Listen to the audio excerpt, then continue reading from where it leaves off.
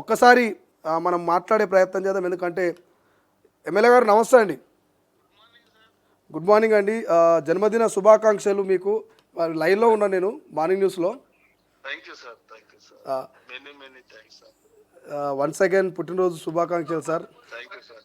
Sir మా శ్రీశైలం గారు కూడా అన్ని విధాలు ఎదగాలని కోరుకుంటున్నాం సార్. మేము సంతోషపడుతున్నాం సార్. నీ యొక్క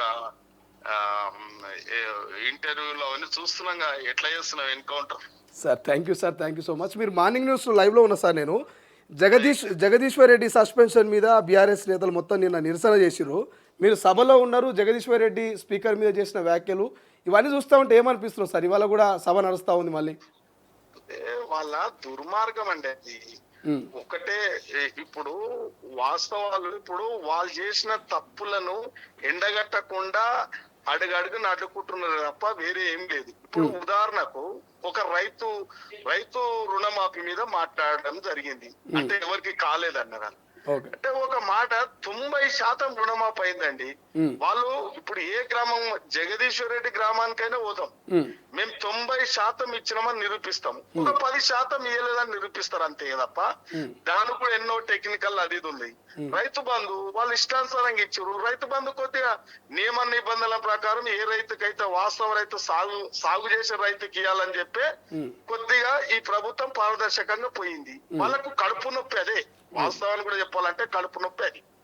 కానీ ఎక్కడ ప్రభుత్వ వైఫల్యాన్ని ఎండగడతామో అని చెప్పేసి కుట్రపూరితంగానే ఇవాళ జగదీశ్వర్ రెడ్డిని సస్పెండ్ చేసి ఇది ఒక చీకటి రోజు అసెంబ్లీ చరిత్రలో అంటూ హరీష్ రావు అంటున్నాడు. ఎట్లా చూస్తారండి ఎమ్మెల్యే గారు?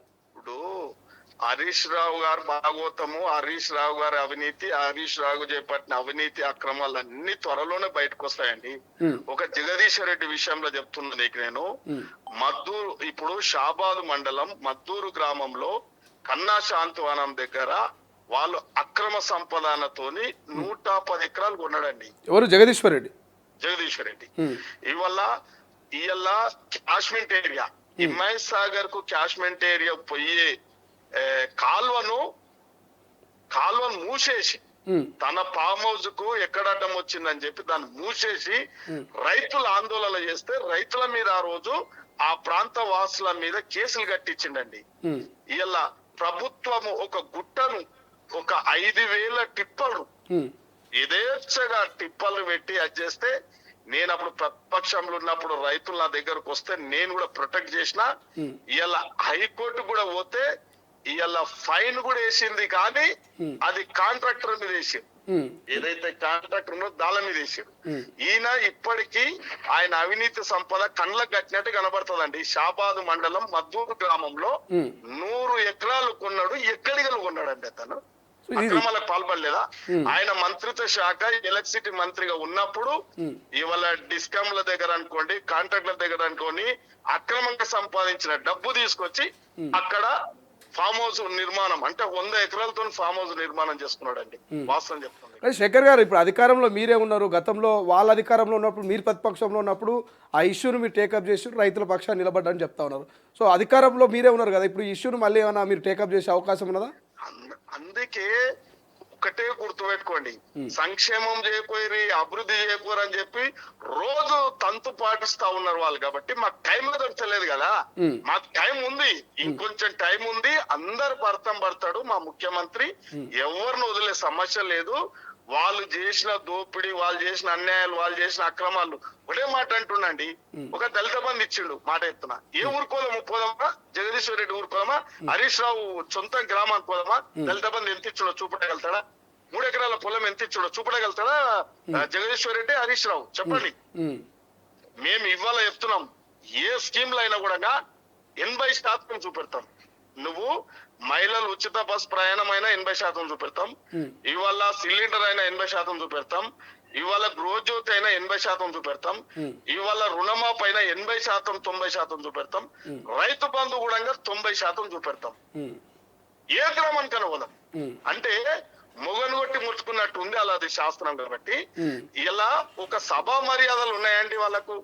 నిజంగా కూడా చెప్పాలంటే వాళ్ళు అనుకుంటున్నారు, ఏమనుకుంటున్నారు అంటే తెలంగాణ ఉద్యమంలో మా ఇష్టానుసారంగా ప్రవర్తించడం, మళ్ళీ అట్లా ఇష్టానుసారంగా ప్రవర్తించి ప్రజాస్వామ్యాన్ని కూని చేసి ఇవాళ ఇష్టానుసారంగా ప్రవర్తి మళ్ళొకసారి అధికారం రావాలనుకుంటారు కానీ వాళ్లకు జీవితాంతము బీఆర్ఎస్ పార్టీకి అధికారం వచ్చే ముచ్చట్నే లేదు.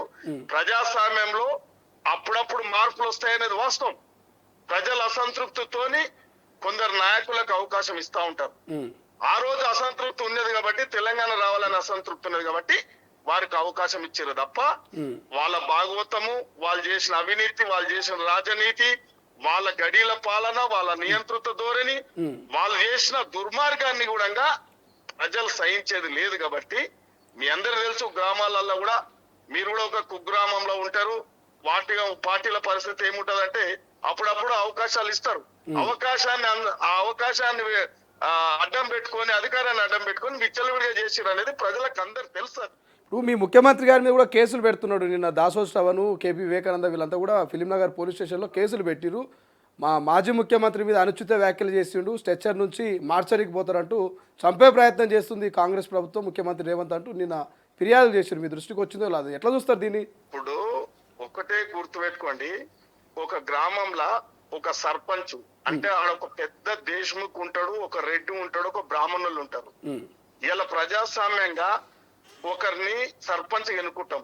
ఆ సర్పంచ్ కుర్చీ ఆ దేశముఖ్ కుర్చీలో కూర్చోబెడతారా, ఆ సర్పంచ్ కూర్చోబెడతారా చెప్పండి? అంటే ముఖ్యమంత్రి సీటు కూర్చుంటే రేవంత్ రెడ్డి ఒక రైతు బిడ్డ వచ్చి ముఖ్యమంత్రిగా పదవి అనుభవిస్తా ఉంటే జీర్ణించుకోలేక స్టేచర్ ఏందండి. ఇవాళ నేను కూడా చెప్తున్నా, ఆ ముఖ్యమంత్రి పచ్చి తాగుపోతాడని తెలంగాణ ప్రజలకందరూ తెలుసు. అర్థమైందా? ఒక బాధ్యత గల ప్రతిపక్ష పాత్ర వహిస్తున్న ప్రతిపక్ష నాయకుడు ప్రజల సమస్యలను గాలి కుదిలి ఇలా కుయ్యి కుత్తంతాలు తానిక్య నీతిని ప్రదర్శిస్తూ ఫామ్ హౌస్ లో కూర్చొని కోతులను కళ్ళుదైన కోతులు చేసినట్టు చేస్తా ఉన్నారు. ఆ సభలో శాసన మండలిలో మీకు అందరికి తెలుసు. శాసనసభలో వాళ్ళ ప్రవర్తన ఇలా ఒక రోజు శాసనసభ వ్యవహారాల శాఖ మంత్రిగా చేసిన హరీష్ రావే పోడియం ఎక్కిండండి. ఒక వివేకానంద కుత్బుల్లాపూర్ ఎమ్మెల్యే బుక్ తీసుకొని స్పీకర్ కొట్టిండండి. ఒక కౌశిక్ రెడ్డి ఇష్టానుసారంగా ప్రవర్తిస్తుండీ ఆయన నేనే నివారించిన. పోయిన సెషన్ లో శ్రీనివాస్ రెడ్డి గారు ధరణి స్థానంలో భూమాతను ప్రజెంటేషన్ చేస్తా ఉంటే ఆ యొక్క బిల్లును గుంజుకొని దగ్గరకు వస్తే నేను నివారించవలసి వచ్చిందండి. ఇప్పుడు మీరు కూడా కాంట్రవర్సీ అయింది కదండి, మీరు కూడా ఎమ్మెల్యే గారిది, మీరు కూడా పేపర్లు చూపించారు, చెప్పు చూపించారు. ఎదురుదాడి చేయకపోతే వాళ్ళు అంటే శ్రీనివాస్ రెడ్డి ఎక్కడ నిలబడి బిల్లు ప్రజెంటేషన్ చేస్తున్నారు, వాళ్ళు ఎక్కడ ఉండాలి అది గుర్తుపట్టండి, మీరే స్వయంగా గుర్తుపట్టండి. అంటే వాళ్ళ యొక్క దుర్మార్గాన్ని అడ్డుకోవడానికి నేను కూడా ఎదురు తిరగవలసి వచ్చింది శాసనసభలో. రైట్, థ్యాంక్ యూ అండి, thank you so much thank you for joining our morning news live. Once again happy birthday అండి MLA Shankar garu. Thank you Srisailam గారు. Thank you. సో ఇది షాద్నగర్ ఎమ్మెల్యే వీర్లపల్లి శంకర్ క్లియర్గా చెప్తా ఉన్నాడు. ఇవాళ బీఆర్ఎస్ నేతలుతో వాళ్ళ వ్యవహార శైలి కావచ్చు, సభలో వాళ్ళు చేసేటువంటి హడావుడి కావచ్చు, సో ప్రభుత్వాన్ని అడ్డుకునే ప్రయత్నం చేస్తూ ఉన్నారు, సభా రూల్స్ని పాటించే ప్రయత్నం చేయట్లేదు వాళ్ళంతా కూడా. సో గత సెక్షన్లో కూడా కౌశిక్ రెడ్డి కావచ్చు, వివేకానంద కావచ్చు, వీళ్ళంతా కూడా వ్యవహరించినటువంటి వ్యవహార శైలి మీరు కళ్ళకు కట్టినట్టు మీరు గతంలో చూసారు. సో ఇప్పుడు అదే రీతిలో జగదీశ్వర్ రెడ్డి సభలో సభాపతిని ఒక దళిత స్పీకర్ మీద ఆయన అసభ్యకరమైనటువంటి వ్యాఖ్యలు కూడా ఖచ్చితంగా మేము ఖండిస్తా ఉన్నాం, అందుకే సస్పెన్షన్ చేసిరు. సో ఆయన స్కామ్ను కూడా త్వరలో మేము బయట పెడతాం.